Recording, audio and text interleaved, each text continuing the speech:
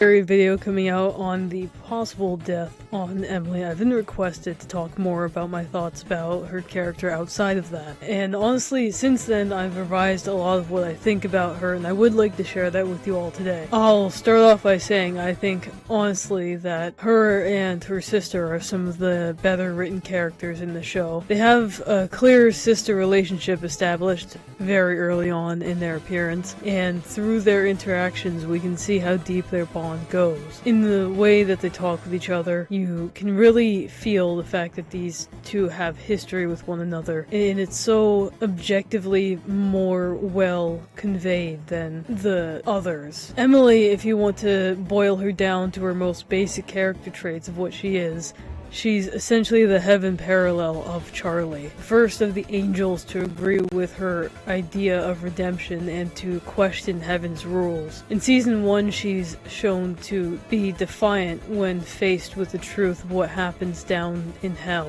She pushes away Sarah, trying to explain how she kept her sheltered from the truth of what goes on, what's happening down there. Stating clearly that, Emily states clearly that she is not a child to protect anymore. We'll come back to this idea later, so hold on to that. Her last bit of dialogue in season 1 has her talk to Sarah, and when her older sister tries consoling her and reminding her that her role is still to bring joy to heaven's population, Emily obviously feels like she can't completely go back to that, not after learning the atrocities being committed below. The final scene from the first season has her light up with joy when she sees Sir Pentious got redeemed and he floats up to heaven. Season 2 follows this immediately by having a chaotic meeting in heaven where Emily is elated to be sharing the news with her fellow angels that redemption is possible and that they have the proof in front of them. Sarah is having a denial about all that's going on, not wanting to accept a sinner could be redeemed, because that would mean that she allowed people who could have had a second chance to be slaughtered. Sure, a lot of them are killers or violent people, and some were significantly less severe in their crimes, and they could most certainly be changed if they wanted to put their foot forward with that. Inevitably, they all need to accept the fact that he earned his way into heaven, and by no means did he break in or sneak past the gates. Emily gets to be the one to show Sir Pentious around heaven, too. He's very distressed over the fact that he won't be able to go back to quote-unquote home. Emily tries to go back to her cute usual role of being the one that brings joy to the populace of heaven. She distracts or attempts to him with cute animals and toys to play with. We transition into Like You, which is Emily, St. Peter, and Abel's song, where they really try to advertise the idea that this is going to be a total upgrade from hell. Unfortunately, it's not really enough to actually cheer up Sir Pentious, and he mentioned missing his eggs, so Emily springs into action, attempting to recreate golden versions of them. They aren't the same, but they are close, and I gotta say, I love the way Sir Pentious reacts to things. Where are you taking me? See your friend. After she helps him get settled in, I believe this is when Sarah closes off heaven to all other realms, which I have to add that it's interesting to me that she specifically mentions all realms instead of just saying hell, but we'll talk about that another time in another video. It's worth noting here, as pointed out to me by a friend, that Emily does not question Sarah's decision to do so. It's a subtle showing of how much she trusts her older sister's judgment, even after all that she's learned. At this point, Emily makes the portal to tell Charlie all the information we've just learned before travel access gets completely shut down. The angels later need to discuss what they'll be doing in order to make peace with hell. Emily is the only of them to reach out and bring Sir Pentious here, as having someone from hell itself would really help them to know what would be the right move here. It would help immensely immensely. They eventually come to the conclusion somehow that gift baskets with good old sorry is going to do the trick. I think now is a perfect time to mention that Emily, in my eyes, works as a perfect reflection of Heaven's overwhelmingly childlike qualities. She's the ignorant bliss of the higher-ups that can't fully grasp the concept of what happened. Sarah is older and she's likely seen the atrocities that happened.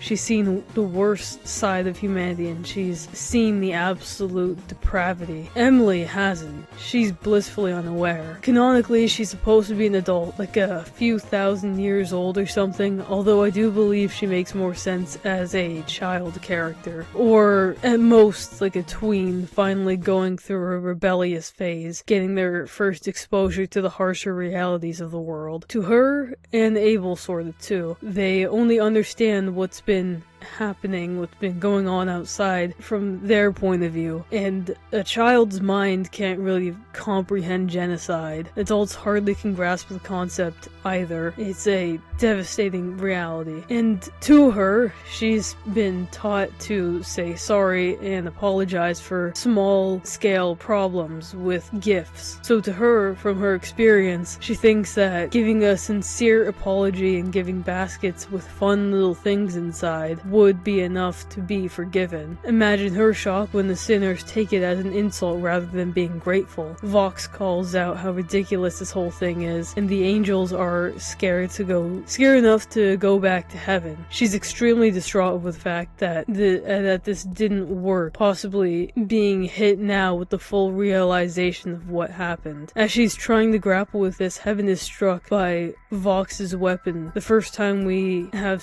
heard Emily swear too, when she's caught off guard by this, I believe. All of heaven is sent into a panic over this, terrified what power Vox might have. Lute argues with Emily over what they should do. On one side, they have Lute saying that they should just go down there and exterminate the sinners now, instead of waiting until they get stronger. Whereas Emily argues that'll only make it get worse, and that they need to focus on finding a peaceful solution. Emily does end up being the one to take the initiative in helping them communicate back and forth between heaven and hell. They're able to come up with a plan to have Baxter and Sir Pentious connect heaven to hell so that they can show redemption work. All only possible because of the fact that Emily was unrelenting, determined to be able to get this going. Honestly, I do agree with the idea that Emily would make for a much more interesting protagonist. Not only is she more determined feeling, she actually gets things done that matter and are helpful. Her apology idea makes sense from her perspective, whereas Charlie is not only a citizen of hell, but we've seen her go through arcs that would indicate to us that she knows not to make the impulsive decisions that she does, to not push Angel's boundaries, to think before she acts. Even just the fact that all of her friends knew going on the news channels was a terrible idea. Charlie has done so much more harm for the hotel and not fully gotten to know her hotel guests either. Honestly, a lot of flaws come from the fact that Vivzie was projecting her own problems onto the character. The whole thing of her wanting to represent her struggle with Twitter rants was... the writing is beyond amateur, but anyway. Emily does do a lot more in terms of really trying to help, even if she can't fully grasp the weight of it all. She aids in the heist mission by being the higher-up eyes, and she happens to be the unlucky one that gets grabbed by Vox as a hostage. But anyway, her next role of note is when Vox is on his tirade, swinging the weapon around wildly. She's the one to say her and Charlie should go around saving the sinners that they can from the rubble. She's even able to rescue Alistair before he gets lasered, which results in her being the one in the line of fire and injuring her wing. It's so critical that she's actually gotten a permanent scar from this, indicating how her naivety is going to be broken by this. She's now much more exposed to the nature of this world now. It's something we know won't recover either, as angelic power has been used, and we know that that's something that both winners and sinners can't come back from. If you're hit with that, you know. And as much as I hated the ending, credit is due to Emily for once again being the one to initiate the beams that stop the weapon. Legit, she's a more compelling character than Charlie, I can't lie. Charlie, in both seasons, wasn't the one to do the big final move or really initiate a lot. And I want to like her, but Emily just kind of makes more sense on the other side of their coin. She's got the same everyone can be saved mentality, and hers makes sense because of her environment. Sure, Charlie could have been sheltered, but I doubt she's seen what hell's like and she's still thinking that everyone there deserves to make it to heaven. All this to say that Emily and Sarah, quite honestly, are my favorites of the show. Sarah is the more gray, internally conflicted of the sisters, in a constant mental battle to try knowing what's the right thing to do. Emily is the younger of the sisters, trusting of her elders to be her protectors. They promise that they promise to be, and then more excited to be able to keep up the happy morale of heaven. I really love the concept of her representing a blissfully ignorant society though, or one that's entirely children, or majority. Like, imagine if the sinners did fully uprise expecting a real war when they breach heaven's gates, but when they get there, all they see are just scared kids. Some of them are even recognized by their horrifyingly twisted demon parents. I doubt they'll ever explore that idea, but who knows. Maybe I could try my hand at a rewrite or something someday, you know, if you guys want that. Anyways, that's my thoughts on Emily. I think she's a more compelling version of Charlie, and I think that her and Sarah, they're not the main characters, although I do think that their struggles, conflicts, and that are a lot more interesting. Season 2 showed me that heaven is a lot more of an interesting place than I initially thought in season 1, where you see it as just sort of a whatever, this is where the happy, nice people are. But I guess to me, the angels kind of feel like they could have a more interesting conflict.